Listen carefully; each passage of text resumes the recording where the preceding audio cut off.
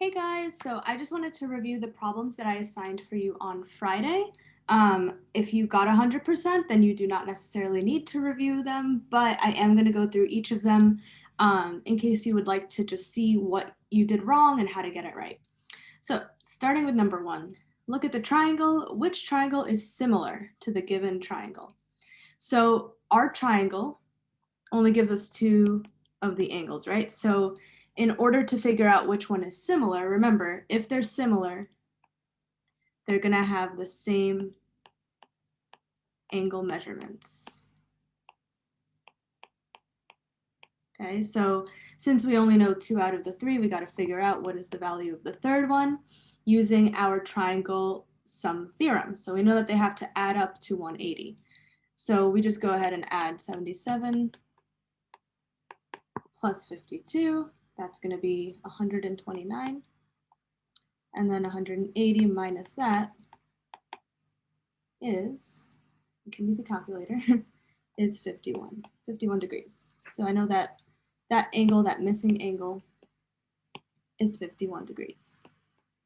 And now I take a look and I see that answer choice A matches 2 out of the 3 angles, and since at least 2 of them match, that's the AA similarity theorem. Okay, only 2 out of the 3 need to match because the third one you can figure out the measure of. So answer choice A was the one for this one. All right, taking a look at number 2. In the figure below, ABC was dilated and then rotated 180 degrees about point B to create triangle MBN. So I'm going to reread that one more time. It was dilated and then rotated 180. And that's pretty important because remember, what that means is angle A, for example, was dilated, so it became larger, and then it was rotated 180 degrees. So angle A becomes angle, think about it, becomes angle N. Okay, it was rotated around. And then that also means that angle C becomes angle M. Okay, so that was something very important that you had to realize. It wasn't reflected, it was rotated around. So that's the first thing to realize. So if that's true, then that means that triangle ABC is similar. And then if I want to do things in the correct order, that's going to be triangle NBM.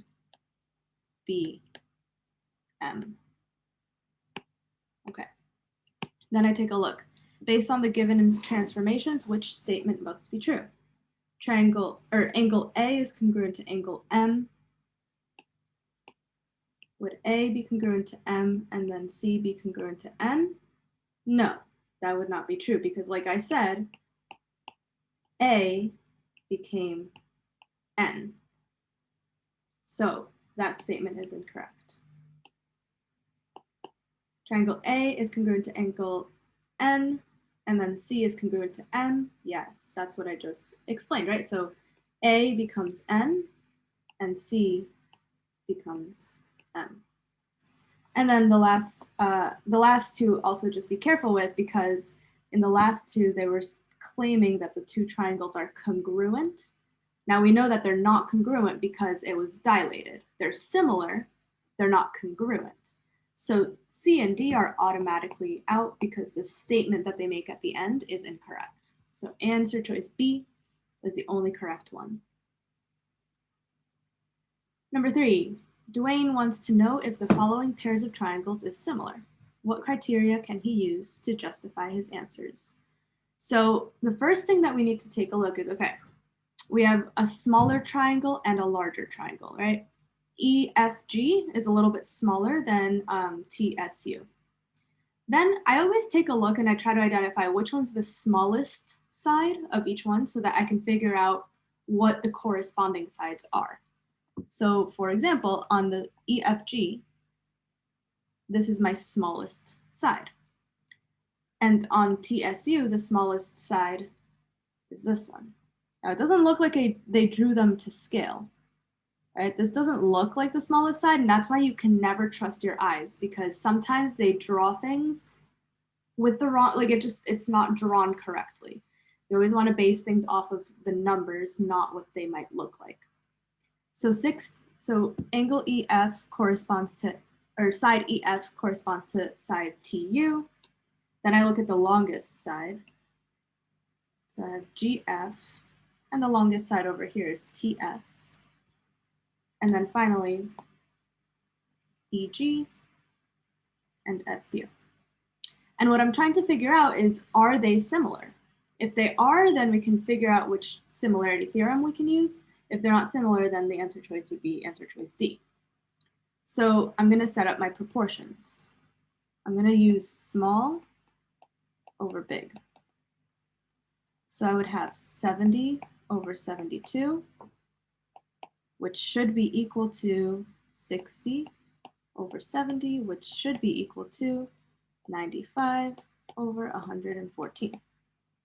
Now you can use your calculator and just see if these actually add up. So 70 divided by 72, that's 0.97. 60 divided by 70 is 0.86. 95 divided by 114 is 0.8333 repeated. So what does that mean? That means that these triangles are actually not similar. So answer choice D is it. Now, it looked like it was going to be answer choice A, right? Because I see 3 sides. So I'm like, oh, side, side, side. That makes sense, right? But at the end of the day, when you actually check it out and do the math, they're not similar. And so that's why it's super important to always check before you make an assumption. Always check to make sure that those proportions are equal to each other. All right, so that was that. Next one. For which diagram is the statement triangle ABC is similar to triangle ADE not always true?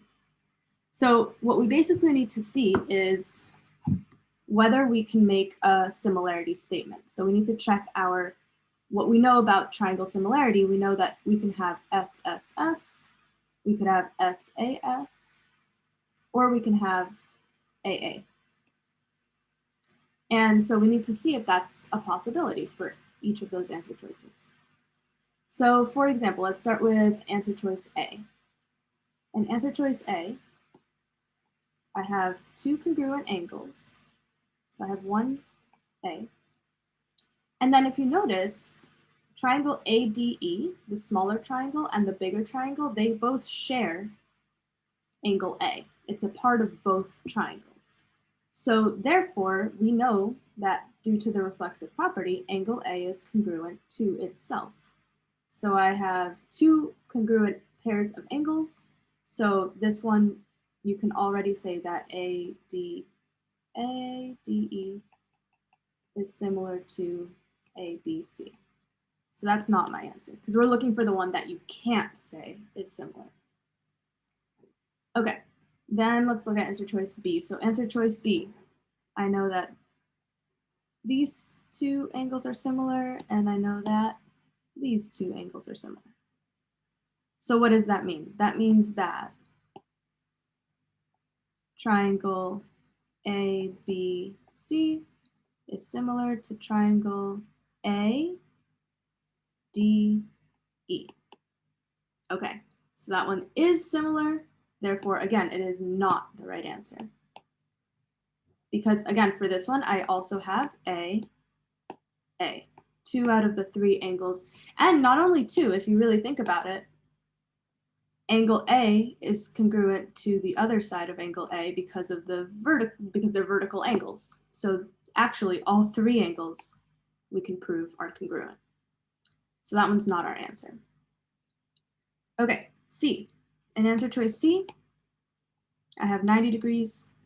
I have 90 degrees, so I have 1 angle. And then also I have angle A, kind of similar, is congruent. These 2 are congruent due to the fact that they're vertical angles. So I have AA. So again, it is not answer C. Now answer choice D, let's take a look at D. I know that these two are congruent. I know that B is congruent to D. And in theory, I also know that over here, orange is congruent to orange because those are also vertical angles. But remember, we're looking at triangle ABC and ADE. So I'm going to highlight that triangle, those two triangles. ABC is right here. ADE is right here. And on those two triangles, the only thing I know is that A is congruent to the other side of A. So in other words, I know that triangle or angle CAB is congruent to angle EAD. But that's only one angle. I only have one A. There's no other theorems or any other ways to prove that any of the other angles are congruent. So the only thing I have is 1 out of 3 angles. That's not enough. I do not have AA. This one is not always going to be true. So that's the only one. So this one is a little bit tough because this one you have to pick the one that's not similar. All A, B, and C you can prove that they're similar. D is the only one where you can't prove that it's similar. Okay, number 5. In triangle ABC and triangle DEF, AC over DF equals CB over FE. Which additional information would prove that ABC is congruent to DEF, or similar to DEF? Okay, I don't see pictures. I'm going to draw 2 triangles. We always start off that way. So there's 1, and there's 2. Because I know they're similar, they're probably not going to be congruent. So then I'm going to label them.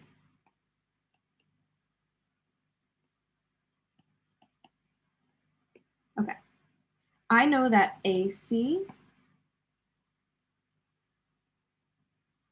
over DF is equal to CB over FE. So it looks like I have 2 sides, okay? I have S, S. Well, I know that there's a similarity theorem called SAS, and there's another one called SSS. So it's probably going to be, we're going to need to use one of those 2. Well, SAS requires that you have the included angle. So that would mean that angle C has to be congruent to angle F. You can also say angle ACB has to be congruent to angle DFE. That would prove SAS. And in fact, that's answer choice C. Now the other answers don't make sense because, for example, in answer choice D, they want to look at BAC, so that's this angle over here, and EDF, which is that orange one I just highlighted. That's not the included angle, okay? And remember, in order to have SAS, you have to show that the included angle is congruent. And that's not it, so that's not going to work for us. So D would not work. And then A and B are trying to trick you. Look at what they're saying. They're saying that AC is equal to DF. Now we know that these 2 triangles are similar. It doesn't say anywhere that they are congruent. So we don't know, they don't necessarily need to be equal to each other. Same thing with CB and FE. Those 2 sides, those side measurements do not need to be equal. They have to be proportional, like we already know. We already know that they're proportional, so we don't need to know anything else about them. So A and B are out. C was the only one that shows that you have SAS similarity. Number 6, which statement describes the relationship between ABC and ECD? Okay, so we might see that they're equilateral, congruent, isosceles, or similar. Well, right off the bat, I know they're not congruent. They're simply not the same size. They need to be the same size, right, in order to be congruent. So I know B's out. And then I'm left with a few options. So let's take a look and see if they are similar. First thing I need to do is count all my sides. So this is 2, 1, 2, 3, 1, 2, 3, 4, 1, 2, 3, 4, 5, 6. Right, so I've got some sides here, and then I'm going to just check to see if they're proportional to each other. So 2 over 4 has to be equal to 3 over 6. This is 1/2. This is 1/2. They are equal to each other, therefore they are similar. And you can also kind of tell that they're not equilateral. Equilateral would mean that they have the same length of all three sides. That's not true. And then isosceles would mean that 2 of the 3 sides are equal, are congruent, and that is also not true. So D is the only one that makes any sense for this one. All right, number 7. Dawn drew right triangle EFG. First of all, Dawn drew this right triangle. I don't see it. I'm going to draw it myself. It's a right triangle. So it's something like that. She then, and then EFG. She then drew KLM, which was a dilation by a scale factor of 2.5. So I know it's going to get larger. So let me draw that over here. Okay, KLM. And again, these are right triangles. Okay, which of the following reasons can be used to prove that KLM is similar to EFG? Answer choice A.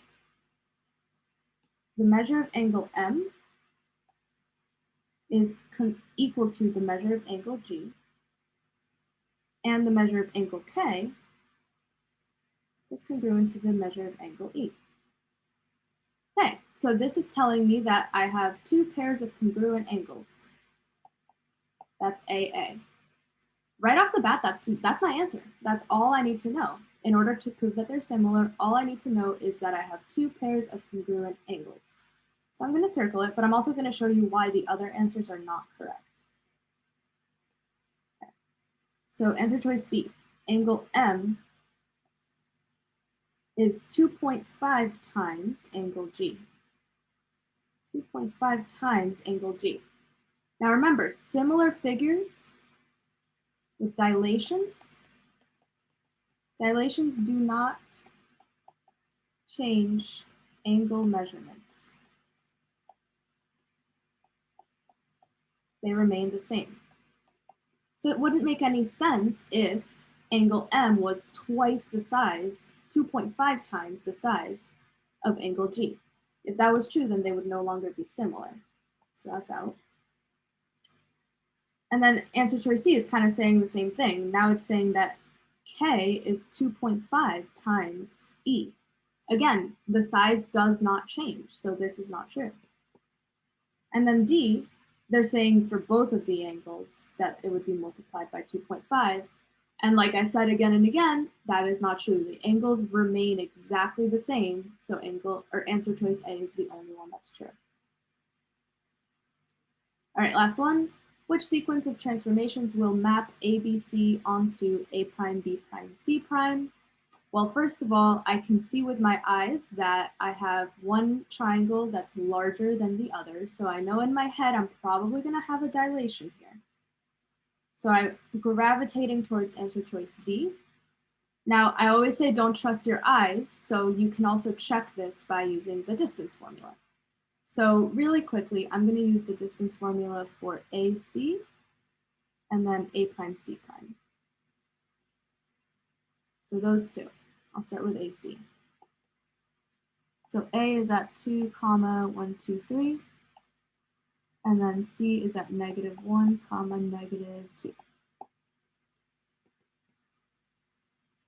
So I would have 2 minus -1 squared plus 3 minus -2 squared.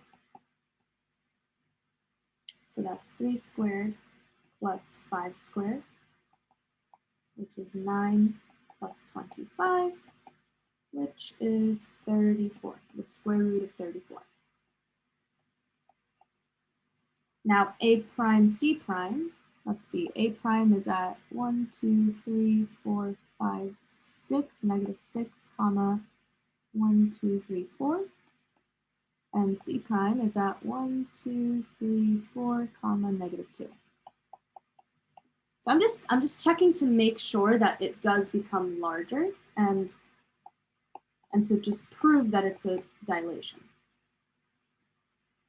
All right, so let's see, I have the square root of negative 6 minus 4 squared plus 4 minus negative 2 squared, which is the square root of negative 6 minus 4, that's negative 10 squared. And then 4 plus 2 is 6 squared. So that's 100 plus 36. So that's the square root of 136. Okay, so I've proven now that there's been an enlargement, right? It went from the square root of 34 to the square root of 136. So there was definitely a dilation. And then the other thing is that there was a rotation, not a translation, because remember, with translations don't turn or twist or flip. Okay, translations, if this was translated, if ABC was translated, it would stay in the same orientation no matter where. Even if it got bigger, which we know it did, it would be in the same orientation. It would be somewhere different, but it would be in the same orientation. So we know that this had to be a rotation because, take a look, it got turned around and then it was dilated to become larger. So, you know, looking with your eyes, you can tell that there's been a rotation as well as a dilation, making it answer choice C. So those were the problems. I believe that was the last one. Yeah, this is something different. So just make sure that if you got a problem wrong, use this video as a way to understand your mistake, fix your mistake, and make sure you understand how to do it correctly. When I come back, we'll be moving on to a brand new topic. So it's very important that today you continue to work and you continue to practice these skills and review and work hard to get 100% on your assignments. So good luck on your assignments. I'll see you guys tomorrow.